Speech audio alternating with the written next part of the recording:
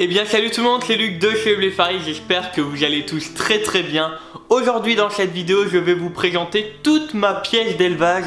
On va lever tous les secrets concernant cette pièce. Vous allez voir des animaux que vous avez encore jamais vus sur ma chaîne YouTube. Je vais vous en montrer certains, bien sûr d'autres je pourrai jamais tout vous montrer. Certaines bêtes sont nocturnes, donc vous n'allez pas pouvoir les voir en vidéo, c'est vraiment très compliqué, même si je peux essayer, mais bon, ça va vraiment être galère. Je savais pas trop comment tourner cette vidéo, est-ce que j'allais filmer des coins, me promener avec la caméra.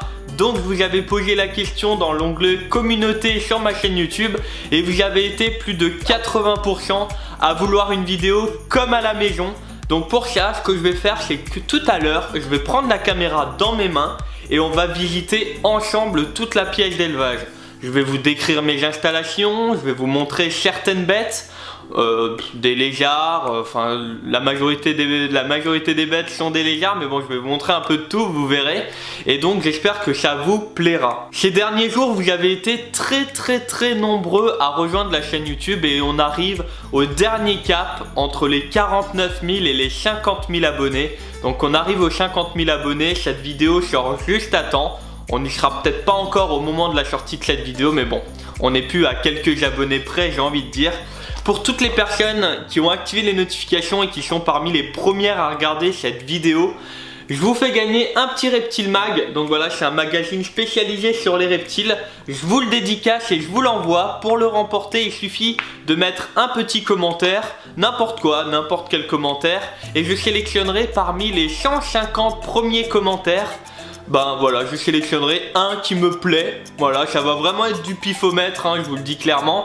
C'est vraiment pour remercier les personnes qui ont activé les notifications et je le ferai régulièrement dans l'avenir à travers mes vidéos. Comme ça, les personnes les plus fidèles à ma chaîne YouTube seront remerciées. Alors, je ne pourrais pas offrir des choses à tout le monde, mais bon voilà, ce sera cette personne qui représentera toute la communauté. Ce que je vous propose dès à présent, c'est de commencer la visite de cette magnifique et superbe pièce d'élevage.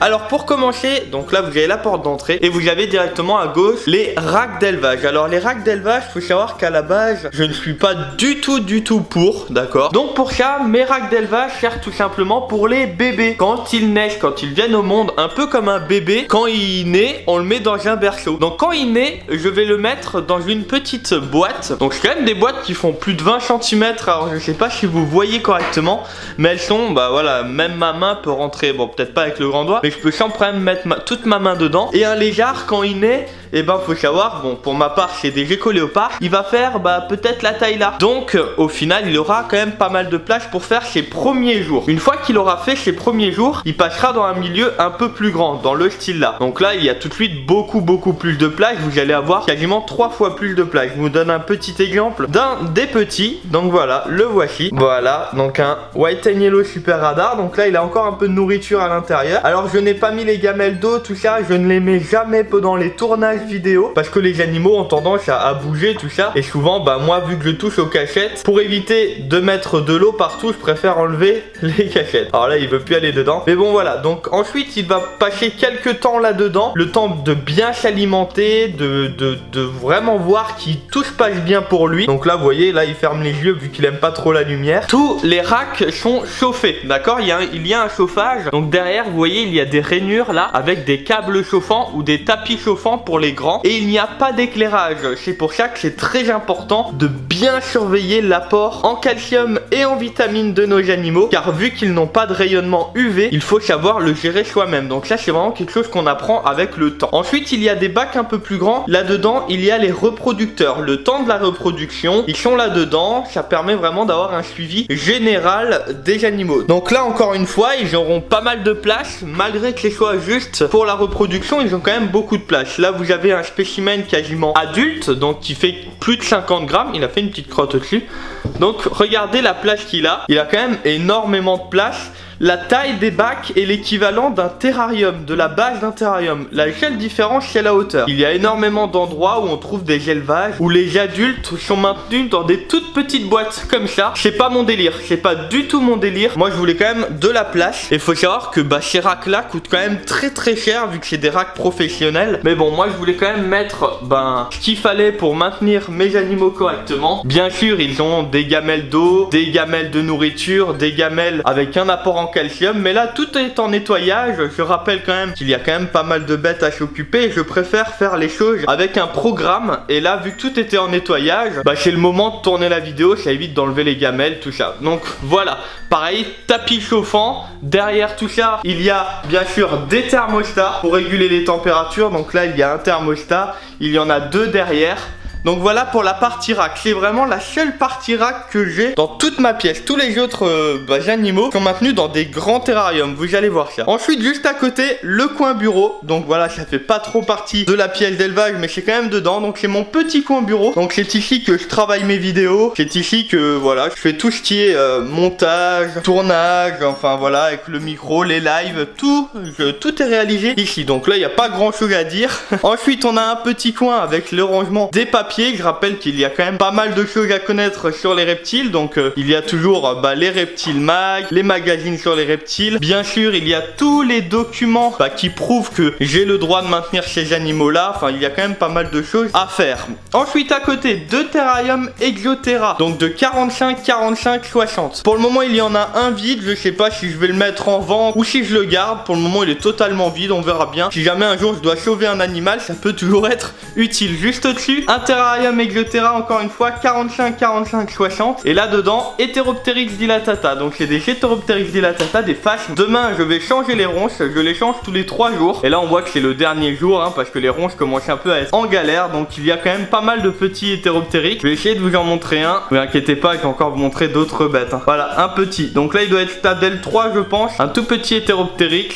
On va le remettre dedans, faire sa petite vie. Donc voilà, donc ça c'est le petit truc à côté. Faut savoir que quand ils seront adultes, ils auront une toute grande volière. Je vous la montre tout à l'heure. Ensuite, juste à côté, la plus grande installation de la pièce. Alors profitez-en, car j'ai enlevé toutes les vitres. Donc vous allez pouvoir voir les décos, j'ai posé toutes les vitres ici. Faut savoir que toutes les vitres sont verrouillées. Normalement, il y a un verrou sur chaque terrarium afin d'éviter les évasions. Vous voyez, ce style de verrou là. Donc là, pour l'installation, on va commencer par la gauche. Donc là, j'ai 4 terrariums de 50 par 50 par 50 avec un éclairage UV et un chauffage par câble chauffant, pardon. Donc faut chercher un peu, voilà, le câble chauffant. Pareil, thermostaté avec un thermostat Abista. Donc là, on va montrer 2-3 petites bêtes. On doit avoir normalement Patrick qui est caché là-haut. Donc Patrick qui est là-haut normalement.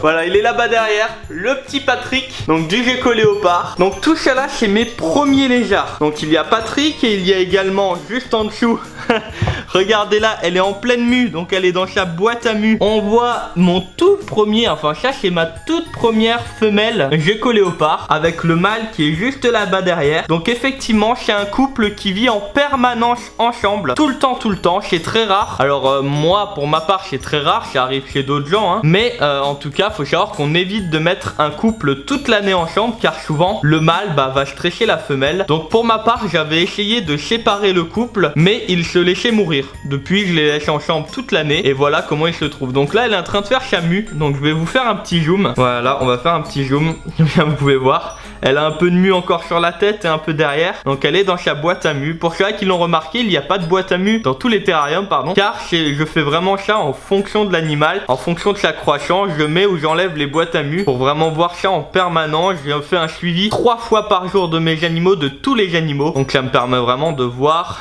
comment ils vont. Donc là on voit que... Elle pense qu'il y a à manger, ça se voit, regardez là venir. Le mâle pareil, il arrive, il est derrière. En tout cas un très beau couple, c'est mes tout premiers reptiles. Voilà, j'ai commencé avec eux deux, ils sont encore à la maison. Et ils vivront toute leur vie ici. Tout en bas pour finir, un sauvetage. Donc il y a plusieurs gecko léopards là-dedans. C'est une dame qui voulait les abandonner, donc je les ai pris à la maison. Donc voilà, un petit sauvetage. Il commence à reprendre tout doucement la patate. Voilà, c'est une petite femelle. Voilà, elle reprend tout doucement la patate. Donc chauffage, pareil. Il y a encore une fois pas les gamelles d'eau, car je les enlève pour le nettoyage. Je me répète, mais je préfère le dire en cas où les gens n'ont pas vu. Ensuite, profitez-en, j'ai enlevé toutes les vitres. Et là, franchement, profitez vraiment. Parce que je fais ça très rarement. Juste pour le tournage, pour que vous puissiez voir l'intérieur des terrariums. Donc je vais essayer de vous montrer quelques bêtes. Alors tout en haut, vous avez un terrarium avec un gecko chat. Donc on va essayer de faire un beau focus pour que vous puissiez bien voir, à peu près bien. Donc voilà, un terrarium déjà avec un gecko-chat mâle à l'intérieur. Tous les terrariums sont éclairés avec des éclairages LED pour éviter que ça chauffe et pour que les plantes puissent bien grandir. Ensuite, juste à côté, le terrarium de Smile, donc le python. Donc là, vous n'allez pas voir grand chose, je suis désolé, mais c'est un serpent, donc on va respecter le fait qu'il aime pas la lumière, donc on va le laisser tranquille. Mais en tout cas il est là-haut. Ensuite juste en dessous, le terrarium avec les geckos à crête. Donc le fameux terrarium que je vous avais fait en vidéo. Donc il a bien évolué. On peut voir qu'elle est tranquillement en train de dormir juste ici. Voilà, elle fait sa petite vie. Elle est tranquillement en train de dormir. Donc le terrarium a extrêmement bien évolué.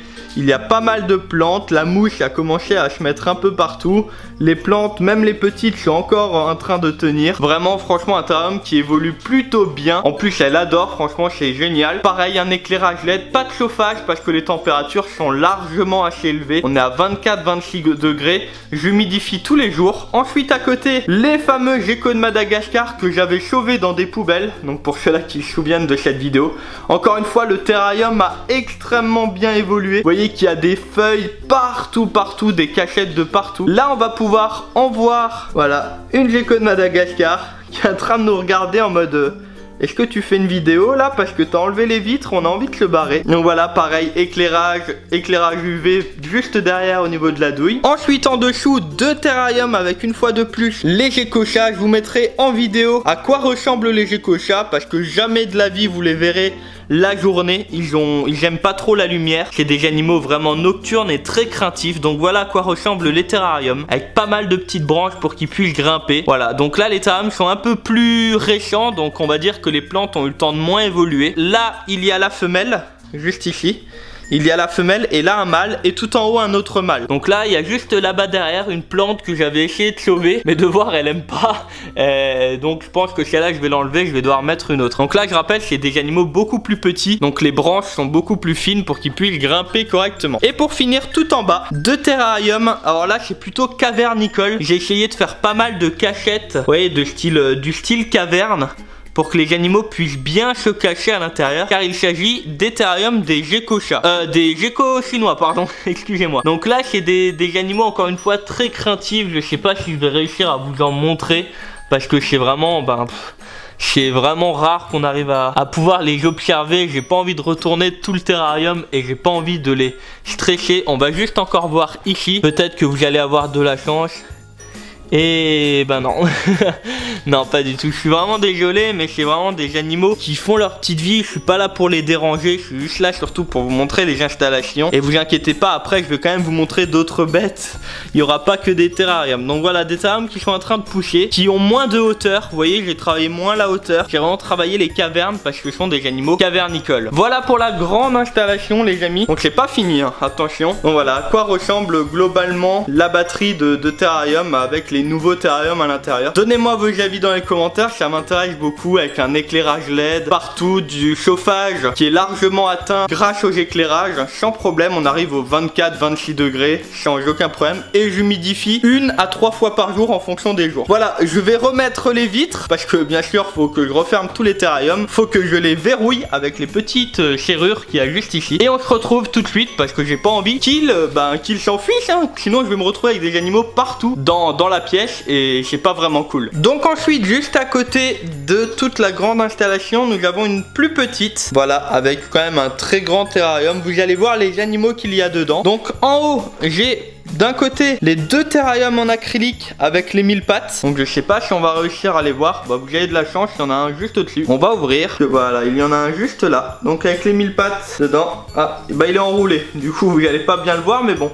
Voilà, avec les fameux iules, donc les deux terrariums en acrylique. Ensuite, juste à côté, alors là, ils ont tout nettoyé. Il y avait plein de ronces hier. Hier, je leur ai mis... non, avant-hier, je leur ai mis des ronces. Il leur en reste presque plus. Donc, il y a les deux dernières femelles Phyllium tobeloense que j'ai. Alors, j'ai pas mal d'œufs, mais il leur reste presque plus rien. Il y avait au moins une vingtaine de feuilles. Ils ont tout mangé. Ils ont tout mangé. Donc, demain, je le rappelle, pour ceux-là qui se posent des questions, demain, ils auront la toute nouvelle nourriture. Je voulais vraiment faire cette vidéo comme c'est pas forcément forcément changer des choses pour le tournage. Je voulais vraiment vous montrer les choses comme elles sont réellement. Voilà, moi je change la nourriture de mes phasmes tous les 3 jours. Après voilà, c'est un avis personnel, hein, vous pouvez faire comme vous voulez. Juste en dessous, vous avez les fameux phasmes Goliath. Alors là, vous le voyez tout là-haut, il n'y en a pas qu'un, il y en a un juste devant nous. Eux ont tout de suite un endroit beaucoup plus grand vu leur taille. Alors je les ai jamais montrés sur la chaîne YouTube, mis à part sur Instagram via quelques photos. Mais voilà, un seul phasme Goliath.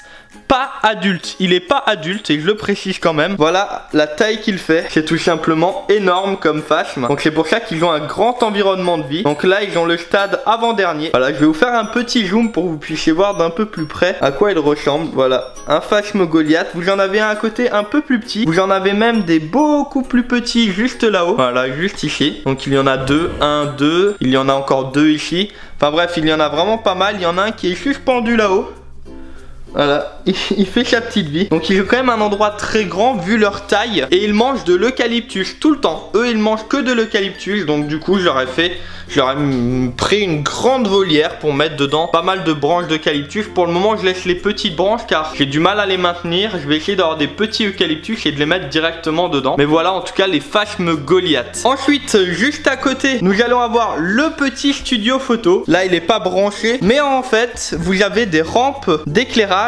Et le studio photo, je l'utilise comme son nom l'indique pour faire les photos des reptiles. Donc voilà, je l'ai dans un coin de la pièce. Ensuite, bon là, j'ai le matériel pour tourner cette vidéo. Un coin avec un peu de rangement. Donc c'est quand même important d'avoir, voilà, les thermostats. Dans le meuble là, j'ai pas mal de petites choses qui peuvent être utiles pour les animaux, pour le bricolage. Le Phantom 3, le drone que j'ai eu grâce à la chaîne YouTube, grâce à vous. J'espère pouvoir le sortir cet été. L'an dernier, j'apprenais. Maintenant que je connais un peu mieux, j'espère que cet été il y aura du beau temps pour vous faire de belles images on va dire. À côté ensuite il y a un petit bureau. Donc encore une fois avec un peu de rangement. Mais surtout avec dessus tout l'élevage que j'utilise. Avec tous les insectes que j'utilise pour nourrir mes reptiles. Alors il y a un petit terrarium qui est vide. Vous allez avoir une partie avec l'élevage des grillons. Donc là dedans il y a la boîte de ponte que d'habitude je mets en dessous. Mais là je l'ai mis au-dessus pour pouvoir vous montrer tout à l'heure.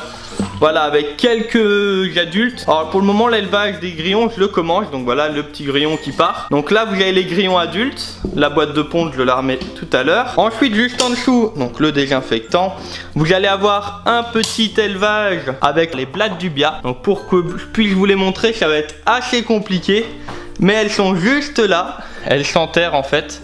Donc là il y a pas beaucoup de luminosité car ce sont des animaux qui aiment pas forcément beaucoup la lumière. Juste à côté l'élevage des blattes Red Runner. Donc pareil dans un petit Exoterra. Donc je vais vous les montrer. Voilà là vous pouvez peut-être un peu mieux les voir. Donc voilà avec l'élevage des blattes Red Runner. Là il y en a pas mal. Tapis chauffant derrière tous les petits terrariums. Hop on va remettre tout en place. Donc tous les insectes là je les élève pour pouvoir avoir des insectes à donner aux geckos. Pour vous donner un petit exemple, je vais vous montrer tout en haut les bébés grillons que j'ai eu. Eux ils sont tous nés à la maison, il n'y en a aucun que j'ai acheté. Donc voilà, il y en a quand même pas mal franchement. Il y en a quand même vraiment pas mal. Donc pour le moment l'élevage débute. Une fois qu'ils seront adultes et qu'ils pondront, il y en aura aussi un peu plus. Il y en a vraiment pas mal. Ça me permet en fait d'avoir des insectes où je connais qu'est-ce qu'ils ont mangé. Parce que c'est très important de nourrir les insectes que vous donnez à vos reptiles. Comme ça, ils vont manger des nutriments. Et ces nutriments-là vont être donnés à vos reptiles. À côté, vous avez le petit incubateur. Donc pour le moment, il n'est pas en route. Mais c'est l'incubateur que je vais utiliser pour incuber tous les œufs de mes reptiles. Donc voilà, tout est prêt, il n'y a plus qu'à attendre les œufs. Avec le petit planning juste au-dessus, dès qu'il y a des naissances, ou une ponte, ou quoi que ce soit, tout est noté dans ce petit calendrier. Ensuite à côté quelques petites boîtes de rangement. Et pour finir au milieu le nano aquarium. Voilà le petit aquarium, le nano. Alors il a bien changé depuis la dernière fois car j'ai eu un problème de chauffage. Donc je l'ai changé, j'ai tout remis. Et donc là il reprend un peu il reprend un peu de vie. On va rajouter quelques petites plantes devant avec Julie. Et puis tous les poissons vont bien. C'est surtout les plantes qui ont pris très cher. Et ben voilà les amis, la découverte de ma pièce d'élevage est terminée. Alors bien sûr il y a plein de choses encore à faire. Il y a plein de choses à améliorer. Mais bon, dans ce domaine il y a toujours de nouvelles choses à découvrir, à améliorer, à rajouter, à enlever. Ça fait partie de ma passion, ça fait partie de la passion, on n'arrive jamais au bout et c'est pour ça que j'aime faire ça également. Si vous avez la moindre question sur les installations ou quoi que ce soit, posez-les dans les commentaires, j'essaierai de passer régulièrement afin de vous donner pas mal d'explications. Donc voilà, je peux pas tout expliquer, il y a tellement de petits détails que si je ferais une vidéo avec tout détaillé, ça prendrait des jours et des jours à faire et surtout des heures et des heures à vous montrer en vidéo et jamais de la vie c'est possible. Ce que je vous propose pour terminer cette vidéo, c'est de vous montrer encore pas mal de plans de mes animaux. Voilà, je vais encore faire quelques petits tournages et je vous mets tout ça en fin de vidéo. En tout cas, j'espère vraiment que cette vidéo vous aura plu. J'espère également que les installations, tout ce que vous avez pu voir, ça vous a plu. Après voilà, personne n'a les mêmes goûts, donc ça va pas forcément plaire à tout le monde. Mais bon, voilà, vous m'avez compris. Et sur ce, je vous dis à très bientôt. C'était Luc de chez Blueface. Ciao tout le monde.